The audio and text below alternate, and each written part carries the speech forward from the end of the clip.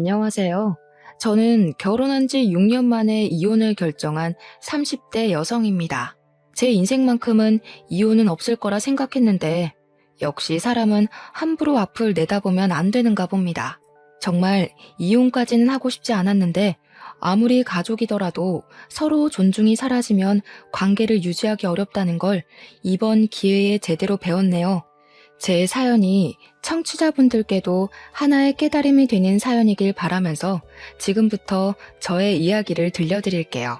저랑 남편은 길에서 흔한 설문조사를 하면서 첫 만남을 가졌는데요. 남편이 제 앞을 가로막고 설문지를 건네길래 해줬거든요. 다 작성한 후 인사하고 가려는데 남편이 남자친구 있냐고 물어봐서 2년이 되었어요. 처음엔 거절하기 좀 그래서 받아줬는데 남편이 주는 관심이 나쁘지 않더라고요. 대화를 하면 할수록 잘 통해서 나중엔 누가 먼저랄 것도 없이 비등하게 서로를 좋아했습니다. 성격뿐만 아니라 가치관까지 잘 맞아서 결국 결혼도 약속하게 되었죠. 시부모님께 인사하러 가기 전에 남편이 먼저 시부모님에 대해 얘기를 해줬는데요. 시부는 삼겹살 가게를 운영 중이었고 시모는 보험 설계사라고 했어요. 그 얘기를 듣는데 저희 부모님과 나이대가 비슷하신데도 여전히 일을 손 놓지 않고 있는 시부모님이 대단하게 느껴지더라고요. 그러나 한편으로는 걱정도 되었습니다. 저희 친정은 엄마 아빠가 이혼을 한 상태였거든요. 아빠랑은 아예 연락이 안 되었고 엄마는 제가 주는 생활비로만 지내고 계셔서 혹시라도 남편 집안에서 우리 집안 때문에 결혼을 반대할까봐 불안했어요. 그래서 남편에게 미리 저희 집안에 대해 얘기를 해줬습니다. 아빠가 질이 좀 안 좋은 사람이었다고, 엄마랑 이혼을 한 결정적인 이유가 도박 때문이었다고요. 그리고 아빠 빚 때문에 파산하게 된 우리 집을 저랑 엄마랑 아등바등 살면서 가세를 일으켰다는 것도 말했어요. 걱정 마. 우리 부모님 오히려 거저 먹으면서 자란 젊은이들을 더 싫어해. 온실 속 화초처럼 자란 사람들은 인정머리가 잘못되었다면서 젊을 때부터 이것저것 부딪혀보고 산 사람들은 생활에 임하는 태도가 다르다는데 그건 나도 좀 인정하는 부분이야. 남편은 그런 것에 전혀 개의치 않는 사람이었습니다. 제 형편을 알고도 저라는 사람 자체를 좋아해줬어요. 남편 말로는 내가 너무 걱정하는 것 같아서 시부모님한테 미리 언지를 했었대요. 근데 시부모님도 저희 집안 사정 알면서 오케이 했다더라고요. 남편 덕분에 한결 편한 마음으로 시부모님을 뵀는데 시부모님은 정말 저에 대해 무례한 질문 하나 없으셨고 오히려 저에게 좋은 걸 먹이고 싶어서 후하게 대접을 해주셨습니다. 그래서 저는 사실 이 결혼에 별 문제 없을 줄 알고 직진만 했어요. 분가로 신혼을 시작했고 혼수랑 예단은 남편과 상의해서 서로 안 하는 걸로 합의를 보았죠. 저희들의 결정을 시부모님께서도 좋아해 주셔서 다행이었어요. 저랑 남편은 맞벌이를 하면서 차곡차곡 돈을 모았고 신혼살림을 하나씩 구입하는 재미로 잘 살았습니다. 그렇게 평소와 같은 어느 날 시댁에 밥을 먹으러 갔다가 알게 된 사실이었는데요. 시부 가게에서 일하는 아르바이트생이 가게에 돈을 들고 튄 사건이 발생했다는 거예요. 그 도둑은 대학생 신분이라 하대요. 사실 CCTV로 충분히 그 도둑놈을 잡을 수 있었지만 시부가 오죽 상황이 어려웠으면 돈을 훔쳤겠나 싶어서 그냥 내버려뒀다고 하더라고요. 그날은 도둑놈이었지만 그동안은 가게 일을 착실하게 해낸 착한 아르바이트생이라고 하면서요. 그 총각이 아무리 착하면 뭐해요? 결국 남한테 피해를 준 건 틀림없는 사실인데 자기 형편 어렵다고 남의 돈 막 훔쳐가면 되나? 자기가 돈 벌어먹기 힘든 줄 알면 남의 집 사정도 마찬가지로 어려울 수 있다는 걸 알아야지. 걔는 뭐 돈 들고 튀면서 마음이 좋았겠어? 그런 건 아무런 상관이 없는데 다만 앞으로 일이 걱정이네. 일손이 하나 모자라서 말이야. 다른 아르바이트생 구하자니 오늘 같은 사고가 안 날 거란 보장도 없고 걱정이야. 그 소리를 듣고 저는 시부의 인품에 감탄을 했습니다. 저 같으면 당장 신고해서 혼쭐을 내줬을 것 같거든요. 여기까지 저는 분명 시부를 좋게 봤어요. 그 일로 인해 시부가 아르바이트생 구하기 힘들다고 고민을 하시길래 저 또한 시부의 걱정을 함께하며 요즘 세상 각박한 걸 대신 욕해드렸죠. 근데 그 상황에 갑자기 시모가 제게 황당한 제안을 하더라고요.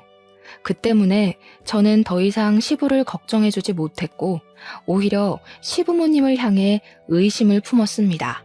내가 한 가지 괜찮은 방법이 있는데 세아가 그러지 말고 네가 일 그만두고 시애비 가게에서 일하는 거 어떠니? 우리가 월 200만 원은 챙겨줄 테니까 직원으로 들어와도 괜찮을 것 같은데 지금 하는 일은 팍팍할 거 아니냐. 가족이랑 같이 일하면 마음도 편하고 얼마나 좋아. 시모가 제게 이 말을 하자마자 뭔가 알겠더라고요. 시부모님은 아르바이트가 안 구해진다고 고민을 하셨지만 아르바이트를 구할 생각이 없으셨던 거예요. 신원 확실한 저를 설득시켜서 싼값에 일을 시키고 싶었던 거죠. 가족이랑 같이 일하면 마음이 편하다고요? 여러분이 생각하기에도 과연 그렇다고 보십니까? 친가족이랑 사업을 해도 싸우기 마련인데 시댁이랑 일을 하면 얼마나 말 못할 고충이 많겠어요. 모든 며느리가 멍청한 게 아니라면 시모가 선심 쓰듯 던진 제안이 얼마나 부당하고 수상쩍은 조건인지 느낄 수 있을 겁니다. 그리고 당시에 저 직장에서 세후로 300만 원가량 받고 있었어요. 돈을 더 준다고 해도 고민했을 텐데 200만 원이라뇨. 가족이란 이유로 200만 원 주면서 얼마나 사람을 굴려먹으려고 그러나 싶은 생각이 들었어요. 게다가 저는 제가 노력해서 쌓아온 커리어가 너무 좋고 제 청춘 바쳐 일군 직업이나 마찬가지인데 그걸 관두고 저한테 좋을 거 하나도 없는 삼겹살 가게 아르바이트를 하라고요? 아무리 생각해도 혹하는 구석이 없어서 저도 모르게 표정을 어색하게 만들어 버렸어요. 어머님, 저는 하는 일이 있는데요. 그리고 제가 사무직만 반평생 해왔던지라 가게 일머리는 없어요. 저보다는 빠릿빠릿한 학생들이 좋을 거예요. 일은 배우면 다 하게 돼 있는 거지 뭘. 식구가 곤란하다고 하면 돕고 그럴 줄도 알아야지. 우리 가게가 커지고 장사 잘 되면 결정적으로 너희한테 좋은 거잖아. 다 너희 물려줄 유산 될 건데. 안 그러니 아들? 저만 이 대화가 황당하다고 생각하는 건지 모르겠는데 남편은 시모가 묻는 말에도 그저 어깨만 으쓱이며 남일인 듯 방관만 했습니다. 그러다 제가 눈빛으로 무슨 말이라도 해보라고 쏘아대면 남편이 그제야 자기 생각을 툭 꺼냈는데요. 당신 어릴 때부터 굳은 일 많이 하고 자랐을 거 아니야. 식당 일도 곧잘 할 것 같은데? 그러지 말고 한 달이라도 해보고 결정하던가. 남편의 말에 상당한 충격을 받았습니다. 남편이 굳은 일을 언급하자마자 문득 지난 날이 떠올랐어요. 결혼을 허락받기 전 남편이 제게 그런 말을 했었다고 했잖아요. 온실 속 화초처럼 자란 젊은이들은 자기도 그렇고 시부모님이 별로 안 좋아한다고 말이죠. 그 말이 설마 시부 가게 일 도울 며느리를 찾기 위해 떠봤던 건가 싶더라고요. 그날 처음으로 남편한테 배신을 느꼈어요. 순간 그 식사 자리가 호랑이 굴처럼 위협적으로 느껴졌습니다. 결국 저는 아무도 편들어주는 사람 없이 혼자서 헤쳐나갔어요. 할 수 없이 최대한 시부모님의 마음이 안 상하게 죄송하다고 거절을 했어요. 정말 죄송합니다, 어머님. 아버님 가게 힘드신 거 이해하겠는데 제 일을 그만두고 그곳에 갈 수는 없어요. 저한테는 제 직업이 굉장히 소중한 거거든요. 앞으로 승진도 앞두고 있고 월급도 계속 오를 거라서요.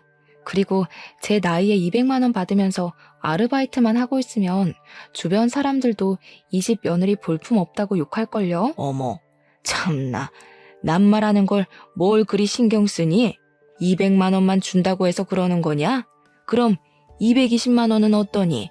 직장 다니는 거랑 똑같이 받을 거면 우리가 가족한테 왜 도와달라 하겠어?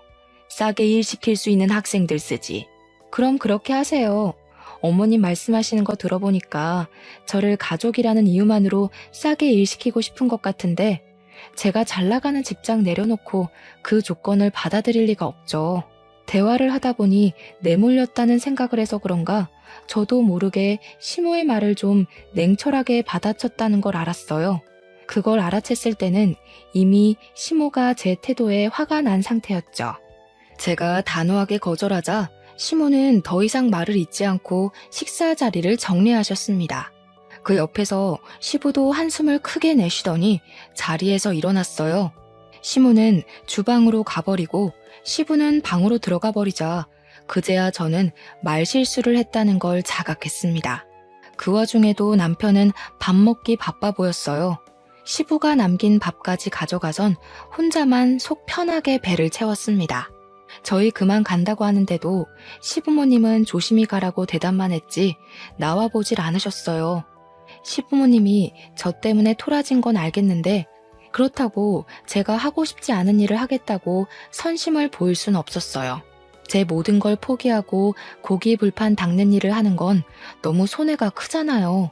그리고 저는 이 상황을 그냥 방관한 걸로 모자라 저를 더 곤란하게 만들었던 남편에게 서운함을 느꼈습니다. 집으로 돌아가는 차 안에서 남편에게 한마디 했어요.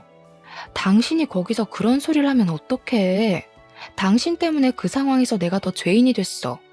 내 입장에 서서 얘기해줬으면 좀 좋아? 당신이 생각해도 어머님 아버님이 너무 무리한 걸 요구한 것 같지 않았어? 무리할 게 뭐가 있어.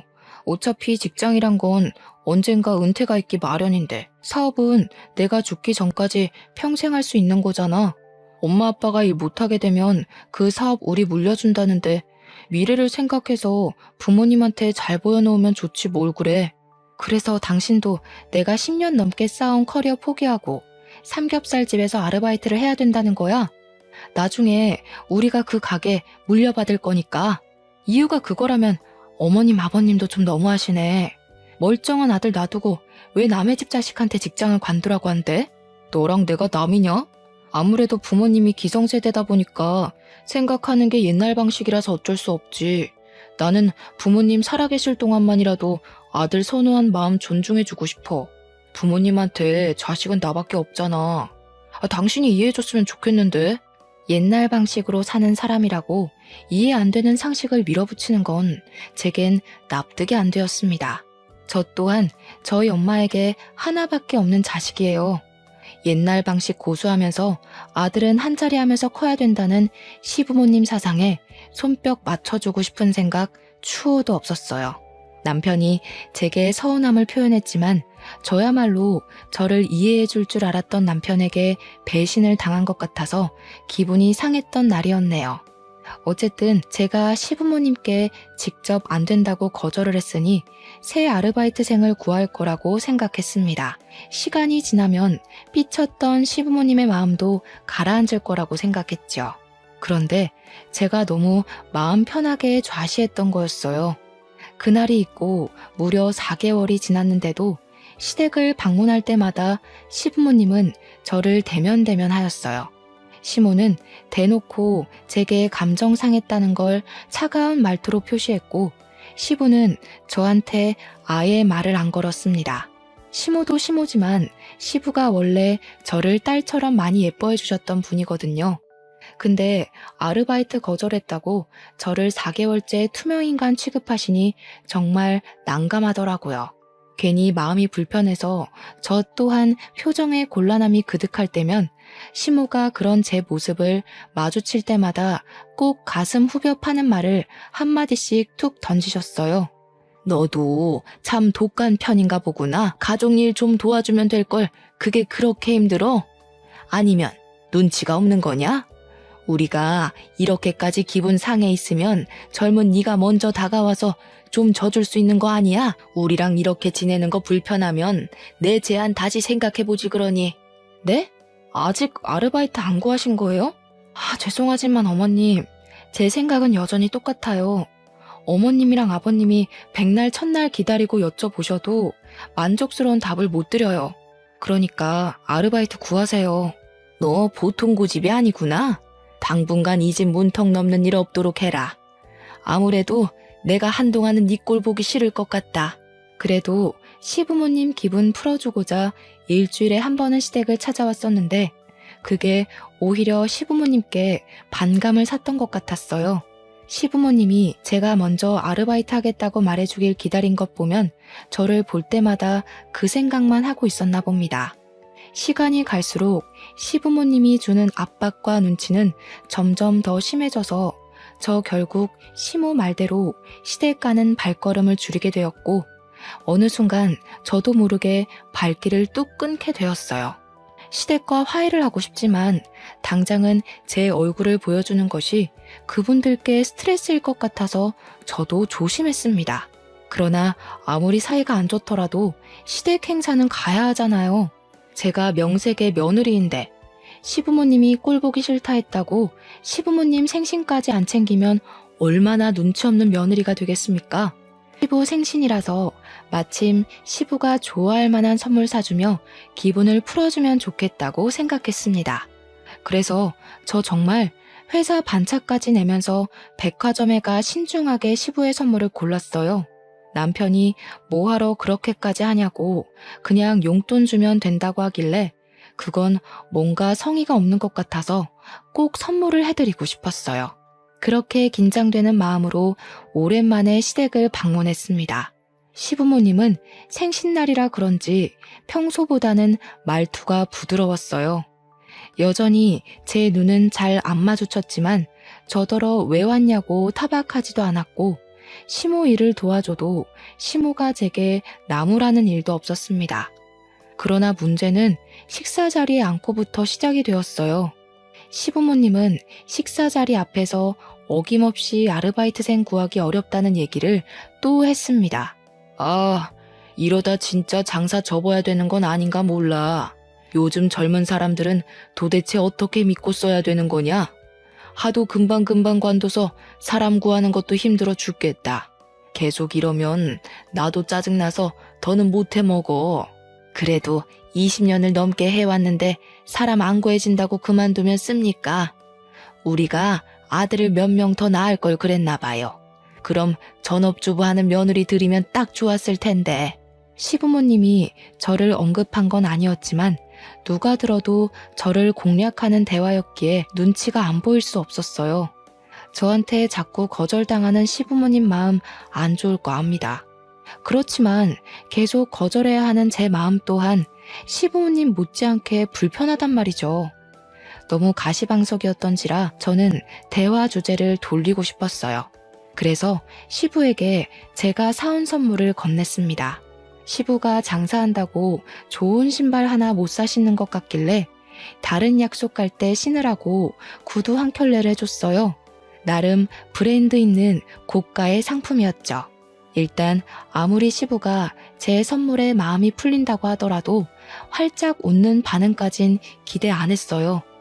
그냥 저한테 고맙다거나 제 눈을 마주해주면서 따뜻한 말 한마디 해주시는 거면 충분했습니다.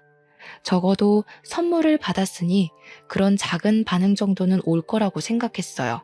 하지만 시부는 제 선물을 받아가고도 열어보지 않고서 그냥 곁에 내려두기만 하더군요. 그러면서 하시는 말씀은 저의 부풀었던 마음에 찬물을 제대로 끼얹어 주었습니다. 요즘 누가 선물을 사니? 그냥 용돈으로 주는 센스가 있어야지. 우리 아들한테 말 안 들었냐? 우리 아들은 매번 돈으로 주는데. 내가 얘기했지. 근데 와이프가 아빠한테 정성 보이고 싶다고 회사까지 빼고 백화점 가서 준비한 거야. 구두 꽤 비싸던데 엄청 신경 써서 산 거니까 말이라도 고맙다고 해줘. 쓸데없는 곳에 정성 보일 시간에 시가 집안이 어떻게 돌아가고 있는지 상황 파악부터 해보면 좀 좋냐. 누가 선물 바랬어? 장사하기 바빠 죽겠는데 구두는 무슨 구두. 누구 장사 말아먹으라고. 고사 지낼 일 있나? 내가 이거 신고 놀러 갈 정도로 여유가 있었으면 아르바이트 때문에 골머리 앓고 있겠니? 시부는 아무래도 아르바이트 문제 때문에 저한테 단단히 화가 난 듯 했어요. 제가 시부의 일을 나서서 도와주겠다 하지 않는 이상 이건 풀릴 문제가 아닌 것 같았습니다. 그래도 신경 써서 시부모님의 마음을 풀어주고자 진심을 많이 기울였는데 시부한테 매정한 말을 들으니 정말로 속상하더라고요. 결국 저는 그날 먹은 음식을 제대로 체해버렸습니다. 집에 가서 화장실에서 하루 종일 토를 했는데 역류해서 눈물이 났다기보단 좀 서러워서 눈물이 났어요. 생각할수록 시부모님께 화가 나기까지 했습니다. 고작 아르바이트 하나 거절했다고 저는 한순간에 시댁에서 천하의 못된 며느리가 되어버렸어요. 이럴 수가 있는 일인가요? 그렇다고 제가 생각을 바꿀 것도 아니고 시부모님도 저를 배려해 줄 생각이 없고 어쩔 수 없이 저랑 시댁의 사이는 계속해서 멀어져 갔어요. 그때쯤엔 저도 시댁을 포기해버렸습니다. 그런 와중에 저희 엄마가 가벼운 수술을 받는 바람에 시댁 걱정은 제 머릿속에서 완전히 묻혔어요. 엄마가 어느 날 전화가 와서는 가슴이 아파서 병원 검사를 받고 간단한 수술을 하게 되었다고 급전 100만 원가량만 해달라고 하더라고요. 저는 망설이지 않고 바로 제 돈 100만 원을 내줬어요. 당연히 우리 엄마니까요. 저랑 남편은 각자 월급을 각자가 관리해서 어디에 쓰던 자유였거든요. 필요한 물건 있으면 그때그때 반씩 돈 맞춰서 구매를 했고요. 그래서 엄마 수술비로 100만 원 나갔다는 말은 굳이 남편한테 안 해도 되었는데 그냥 제가 말했습니다. 식구가 아파서 수술을 하는 건 서로 알고 있으면 괜찮을 것 같아서였죠. 남편도 저희 엄마 걱정해주면서 혹시 돈 더 필요하면 보태줄 테니까 말하라고 하더군요. 그러면서 병원에 입원해 있는 저희 엄마한테 따로 전화를 해 안부를 물어주었습니다. 여기까지는 괜찮았죠. 그런데 남편이 우리 엄마 아픈 걸 시모한테 말했나 보더라고요. 그때가 시부 생신 보내고 시댁을 안 찾아간 지 2개월은 되었을 때였어요. 그런데 어쩐 일인지 시모가 저희 신혼집을 찾아온 겁니다. 연락도 없이 오셔서 제가 퇴근하고 무방비한 상태로 시모를 마주했어요. 그것까진 이해해 줄 수 있는데 시모는 제가 마음에 안 드니까 그걸 어떻게든 표현하고 싶었나 봐요. 우리 엄마까지 안 좋게 보기 시작하더라고요. 우리가 어떻게 살고 있나 궁금해서 방문했다고 하는데 사실 시모가 찾아온 진짜 목적은 저에게 있는 것 같았습니다. 왜냐면 시모가 작정하고 제 속을 뒤집어 놓고자 우리 엄마 아픈 걸 언급했거든요. 그것도 아주 가볍게 말이죠. 수중에 100만 원도 없어서 딸한테 손을 벌리냐? 보니까 사돈이 딱 지 자식 발목 잡을 사람이네. 그 나이까지 돈도 안 벌고 뭐 했대?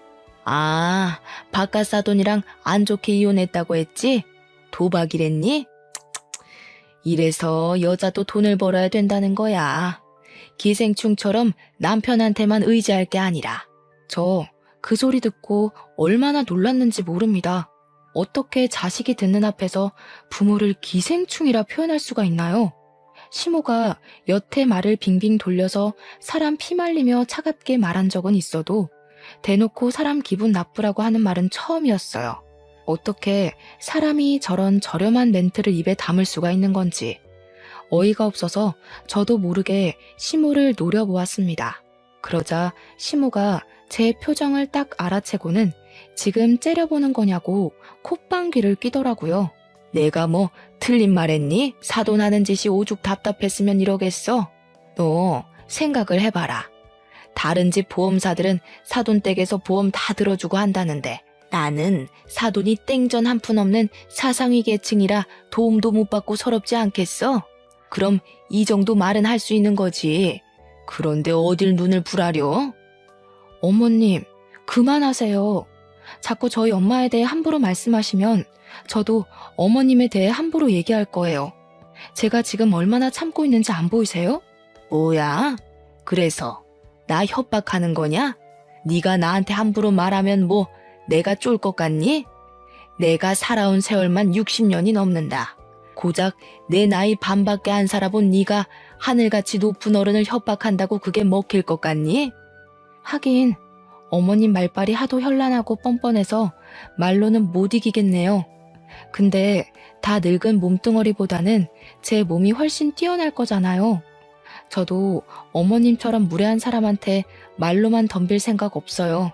저는 시모가 앉아있는 가죽 소파로가 가죽 쿠션을 들고 시모의 가슴팍을 빠르게 후려쳤습니다. 그러자 무방비한 상태로 강하게 맞은 시모가 가슴을 부여잡고 허리를 굽히면서 억소리를 내었어요. 너 제정신이야? 고집만 센 게 아니라 손찌검까지 하는 년이었니? 아무리 개념이 없어도 그렇지 어디서 건방지게 어른을 때려? 안 아프잖아요.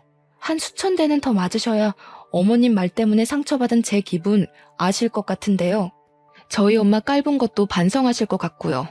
얼굴 맞기 싫으면 손 치우시죠. 이것이 뭘 잘못 처먹었나? 너 이거 내 아들한테 다 말할 거야. 절대 그냥 안 넘어갈라니까 당장 이혼 도장 준비해놔라. 네, 준비할게요. 그럼 이제 제 어머님도 아니시니까 우리 엄마 모욕한 아줌마 취급해도 되는 거죠? 전 생판 남한테는 자비가 없는 사람이라서요. 저는 그대로 가죽 쿠션을 시모 얼굴로 날렸습니다. 시모의 가슴팍을 후려쳤을 때보다 훨씬 감정을 담았고 센 힘으로 휘둘렀어요. 그러자 시모가 코를 부여잡더니 아까보다 더 고통스러운 소리를 빽 지르더군요. 한 대로 아쉬워서 제가 한 번 더 쿠션을 치켜들었더니 시모가 저를 밀치고 불이 나게 집을 박차고 나가버렸습니다. 그리고 저는 일이 커질 대로 커졌다는 걸 알았죠. 시모에게 당당히 이혼을 선언했으니 말 그대로 이혼을 해야 했습니다. 당연히 이 사실을 알았을 남편은 시모의 말만 들었을 테니 시모 편에 서서 제게 항의할 거라 예상을 했어요. 역시나 예상 적중이더군요. 남편은 집에 오자마자 저한테 삿대질을 하면서 성질을 내었습니다. 당신 우리 엄마 코피 터뜨렸다면서? 제정신이야? 어떻게 나이 많은 어른한테 손찌검을 할 수가 있어? 당신 그렇게 안 봤는데 예의라곤 말아먹은 사람이었어? 긴 말하지 말고 그냥 도장 찍자. 나도 우리 집 비렁뱅이라고 대놓고 비웃는 집이랑은 상종하기 싫어. 우리 엄마더러 기생충이네. 그러니까 이혼한 남편도 그 모양 그 꼴이지. 이런 욕하는 어머님을 내가 앞으로 어떻게 모시겠어? 남편은 시모가 우리 엄마를 모욕했는진 몰랐는지 제 말에 약간 당황했습니다. 저는 너무 분해서 눈물까지 흘렸어요. 남편에게 입장 바꿔 생각해보라고 내가 손찌검 끝까지 참았어야 했냐고 짜증을 내버렸습니다. 아무리 그래도 대화로 잘 풀면 되는 걸. 당신이 너무 섣불렀어. 우리 엄마 놀라서 알아누웠다고. 당신이 먼저 가서 사과하는 게 좋을 것 같은데. 그래. 이래서 내가 당신은 별로 설득 안 하고 싶다. 내가 사과를 왜 해? 이제 이혼하면 아무짝에 상관없는 사이인데 우리 엄마 아픈 걸로 깔보셨으니까 벌 받는 거라고 생각하라 그래. 뭐? 야, 이혼이 누구 집 개 이름이냐? 이혼은 무슨 이혼. 그냥 네가 가서 사과하면 다 해결될 문제야. 왜 매번 우리 부모님한테 져주질 않아? 꼭 어른을 이겨먹어야 되겠어? 반대로도 묻고 싶네. 꼭 자식 같은 젊은이를 이겨먹어야겠냐고. 나이 많다고 무조건 배려받기만 원하지 말고 먼저 선심을 보였어야지. 이혼하기 싫으면 어머님 보고 직접 와서 나한테 사과하라고 해. 우리 엄마 깔본 것도 정식으로 사과하라고 하고. 안 그럼 이혼이야. 남편은 제 말에 고민하는 것 같더니 그마저도 자기 자존심 때문인지 제게 굽히고 들어가려 하지 않았습니다. 결국 저더러 마음대로 하라고 짜증만 낸 뒤에 돌아서 버리더군요. 이쯤 되니까 제가 누구를 사랑했고 누구를 위해 이 집 식구가 되어 마음고생을 했는지 모르겠더군요. 저랑 찰떡궁합인 줄 알았던 남편이 결혼 생활 몇 년 만에 이렇게 변해버린 모습을 보자 너무 서러웠어요. 그래서 결국 저는 남편과의 6년간 결혼 생활을 마침표 찍게 되었습니다. 시모한테 끝까지 사과를 받지 못한 게 마음에 걸렸지만 이혼을 하고 나니까 그래도 속은 시원하더라고요. 저는 이혼을 하고 시골 사는 친정엄마를 서울 집으로 모시고 와 같이 지냈습니다. 엄마가 저를 많이 걱정해줬는데 저는 엄마한테 제가 무슨 이유로 이혼했는지는 밝히지 않았어요. 그냥 성격 차이라고만 둘러댔죠. 엄마랑 지내니까 왠지 10대로 돌아간 것 같은 기분이었어요. 이혼 전에는 누군가의 아내로 며느리로서 그 역할을 잘 해내려고 어른인 척 했었는데 엄마 옆에선 영락없는 딸이 될 수 있어서 마음이 편했습니다. 그렇게 무탈한 시간을 보내던 어느 날이었어요. 갑자기 제 앞으로 사망보험금이 떨어진 겁니다. 너무 액수가 커서 이게 뭐지 하고 알아봤다가 우리 아빠의 사망보험금이란 걸 알았어요. 제가 어릴 적 엄마가 이혼을 했기 때문에 그 이후로 쭉 아빠 소식은 못 듣고 지냈는데요. 아빠 존재도 생각 못하고 살았는데 갑자기 교통사고로 소식을 알린 아빠 때문에 많이 당황했습니다. 당연히 우리가 장례식을 해줄 필요는 없었어요. 하지만 아빠를 챙겨줄 사람이 없다는 것까지 알게 되자 엄마가 아빠의 장례식을 도맡자고 결정 내리셨어요. 아무래도 엄마가 13억이란 사망보험금을 그냥 받기가 좀 그랬나 보더라고요. 저는 엄마의 의견을 존중하여 아빠 3일장을 무사히 치러주었습니다. 그런데 저희가 당황할 일이 한 가지 더 남아 있었어요. 이미 13억이라는 보험금 수익자가 된 것만으로도 당황스러운데 아빠가 도박을 해서 돈을 딴 적이 있었나 봅니다. 아니 글쎄 아빠 앞으로 된 땅이 하나 있었더라고요. 그것마저 저한테 유산으로 돌아온 겁니다. 졸지에 평범한 직장인이었던 제게 땅이 생기고 억대 자산가 되었어요. 마치 복권 1등에 당첨된 것처럼 당황스러웠지만 저는 이걸 그동안 마음고생한 값이라 생각하고 받아들였습니다. 신혼집을 나오고 엄마랑 같이 월세에 살던 저는 엄마랑 둘이 살 집을 구하게 되었어요. 살면서 아파트를 매매로 들어가게 될 줄은 몰랐는데 그 꿈을 생각보다 빨리 이루게 되어 기뻤습니다. 새 집으로 이사를 간 저희는 이삿짐 정리로 정신이 없었어요. 그런데 엄마가 시골 사람이라 정이 많은데 굳이 신경 안 써도 되는 옆집에 자꾸 떡을 갖다 주라고 챙겨주는 겁니다. 엄마, 서울에서는 이런 거 안 해. 떡 주는 것도 옛날이나 고맙다고 받았지 요즘에는 이런 거 주면 의심만 받는다니까. 저는 2020년대에 떡을 갖다 주러 아파트 이웃집에 들르는 것이 민망해서 괜히 더 엄마한테 투덜거렸어요. 그러니 엄마가 세상 팍팍해진다고 덩달아 팍팍해지지 말라고 타박하더라고요. 저는 할 수 없이 떡을 들고 옆집 가서 초인종을 눌렀습니다. 그러자 웬 총각이 한 분 나왔는데요. 출근하는 길인지 가방을 챙겨 들고 있는 모습이었어요. 어리둥절해하는 총각에게 저는 쓸데없는 말 안 하고 바로 떡을 전해주었습니다. 혹시라도 안 좋은 기색을 보이면 어쩌나 걱정했는데 다행히도 총각이 엄청 고마워하더라고요. 예의상 고마워한 게 아니었어요. 고맙다는 말을 계속하면서 그걸 그 자리에서 입에 물더라니까요. 그리곤 그대로 손으로 들고 먹으면서 엘리베이터 타고 내려갔습니다. 그 뒤로 희한하게 그 총각이랑 자주 마주치게 되었어요. 떡을 주고받았으니 서로 안면은 이미 텄고 그러다 보니 가벼운 대화까지 많이 나누게 되었는데요. 신기하게도 그게 인연이 되어서 연락처를 주고받았지 뭡니까. 좀 친해지고 나서 보니까 남자 직업이 기자란 것도 알 수 있었어요.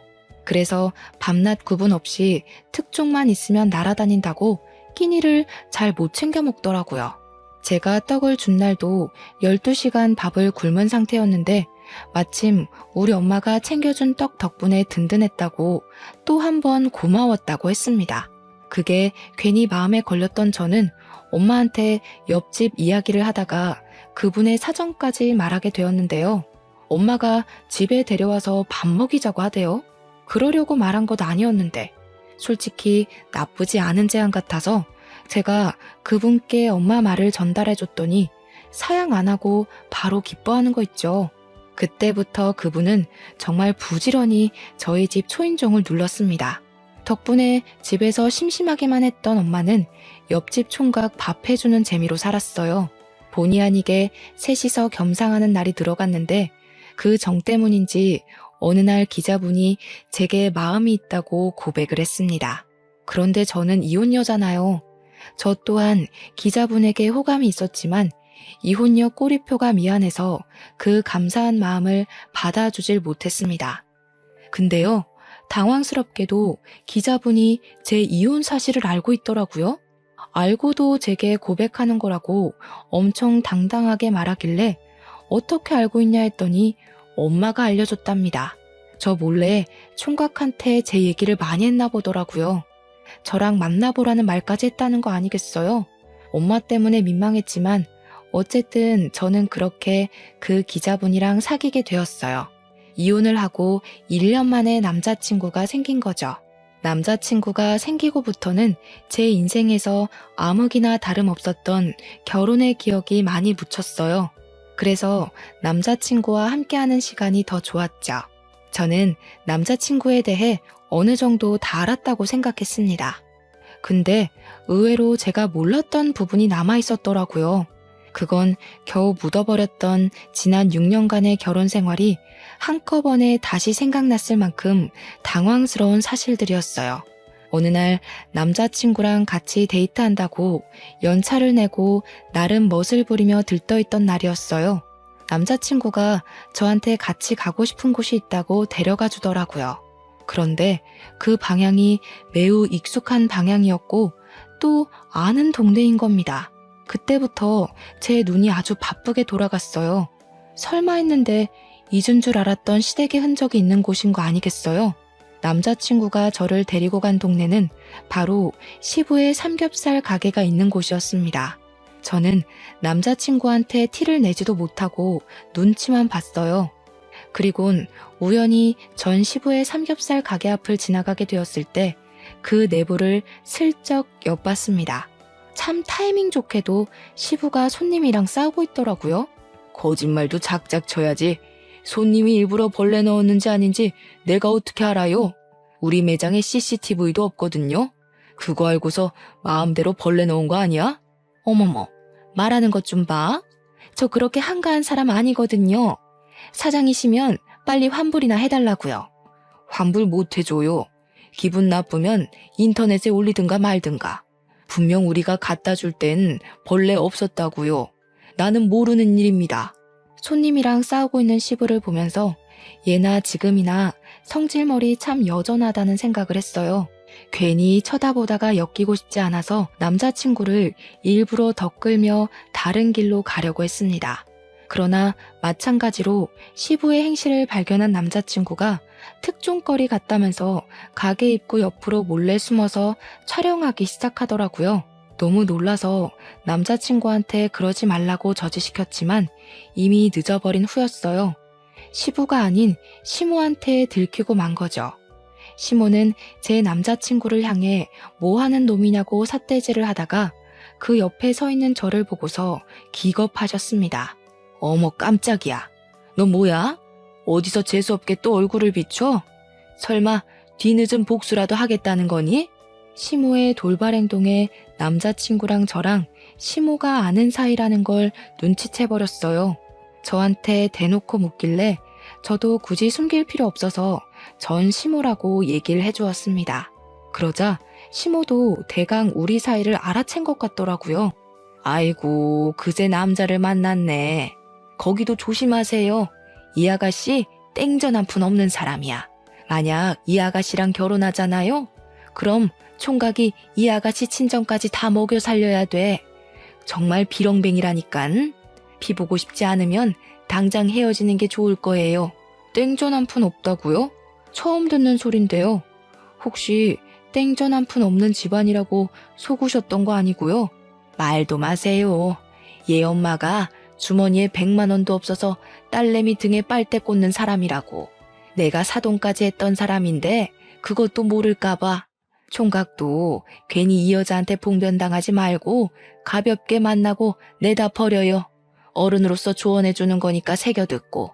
시모는 자기가 제 앞길을 완벽하게 방해했다고 생각하는 건지 저를 비웃고 있었습니다. 근데 안타깝게도 시모가 웃을 수 있는 기회는 딱 그까지였어요. 시모가 기억하고 있는 저희 집 형편은 다 옛날 일이 되어버렸는데 그런 줄도 모르고 한 방 먹였다고 웃고 있는 꼴이 참 보기 재밌었습니다. 저희 집이 이혼을 하고 그 사이에 많은 변화가 있었잖아요. 마치 시가가 제게 원흉이라도 되었던 건지 결혼을 하자마자 제가 불을 얻었어요. 원래 시골촌에 있던 저희 집 본가는 이제 20억짜리 고급 빌라가 되었을 정도입니다. 거기에 제 남자친구도 매매로 살고 있는 거예요. 무려 한 층에 2가구만 들어가 있는 보기 드문 빌라였죠. 제가 제 입으로 일일이 시모를 설득하면서 증명하려 했다면 입이 아팠을 겁니다. 그런데 남자친구가 저랑 엄마의 형편에 대해 이미 알고 있으니까 산 증인이 되어주더라고요. 남자친구는 우리 집안 여유에 대해서 자기가 알고 있는 사실을 시모한테 전부 발설하였습니다. 이미 그것만으로 당황한 시모가 자존심 때문이라도 억지로 우리를 의심했는데요. 남자친구가 그 다음 뒤있는 말엔 시모뿐만 아니라 저도 놀라움을 금치 못해서 입을 벌렸어요. 이런 사람들이 우리 아빠 건물에 장사하고 있는 줄은 몰랐네요. 재수가 없으려니까 어디서 이런 것들이 우리 아빠 건물에 들어차 있었지? 아빠한테 내쫓으라고 해야겠다. 안 그랬다간 건물값 떨어지겠네. 저도 전혀 몰랐던 사실인데 시부가 하는 가게 건물 주인이 남자친구 아빠라는 겁니다. 이건 전혀 생각지도 못했던 사실이라 좀 충격이었어요. 알고 보니 남자친구가 살고 있는 집도 남자친구 아빠가 해준 거라네요. 남자친구 아빠는 연 매출 1,000억을 쫓고 있는 중소브랜드 대표라고 합니다. 남자친구가 기자를 하고 있는 이유는 워낙 호기심이 많고 여기저기 쏘다니는 거 좋아해서 선택한 일이라고 했어요. 저는 남자친구가 기자로 열심히 일해서 번듯하게 자수성가해 20억 아파트를 매매한 줄 알았거든요. 말로만 듣던 금수저, 아니 다이아 수저일 거라곤 상상도 못했습니다. 남자친구 재력에 당황해서 잠깐 잊고 있었던 시모를 슬쩍 봤더니 시모 또한 아차 싶었는지 얼굴까지 벌개져 있었어요. 남자친구가 태연하게 휴대폰으로 시부 가게를 찍기 시작하자 시모가 그제야 남자친구에게 살살 기기 시작했는데요. 저는 보란듯이 시모를 깔봐주었습니다. 어쩌나? 그놈의 입방정 때문에 남편이랑 아들 발목 잡게 생기셨네요. 그러게, 평소 좋은 마음 먹고 살았다면 얼마나 좋아요? 속내가 썩어 문드러졌으니까 얼굴에 죽음도 자글자글 하잖아요. 그새 더 늙으셨네. 그런 얼굴로 보험 팔면 사람들 다 도망가요. 그 사람이 우리 엄마를 깔봤던 것처럼 언젠가 한 번은 저도 그 사람을 깔보는 날이 왔으면도 싶었는데 그게 그날이 될 줄은 몰랐습니다. 저는 시모를 잔뜩 조롱해주고 남자친구와 함께 자리를 떴어요. 남자친구는 진짜 그 사람들을 자기 아빠한테 말해서 내쫓았다고 하더라고요. 그러면서 저더러 그 사람들이랑 한식구 하느라 힘들었겠다고 위로를 해주는 거 있죠.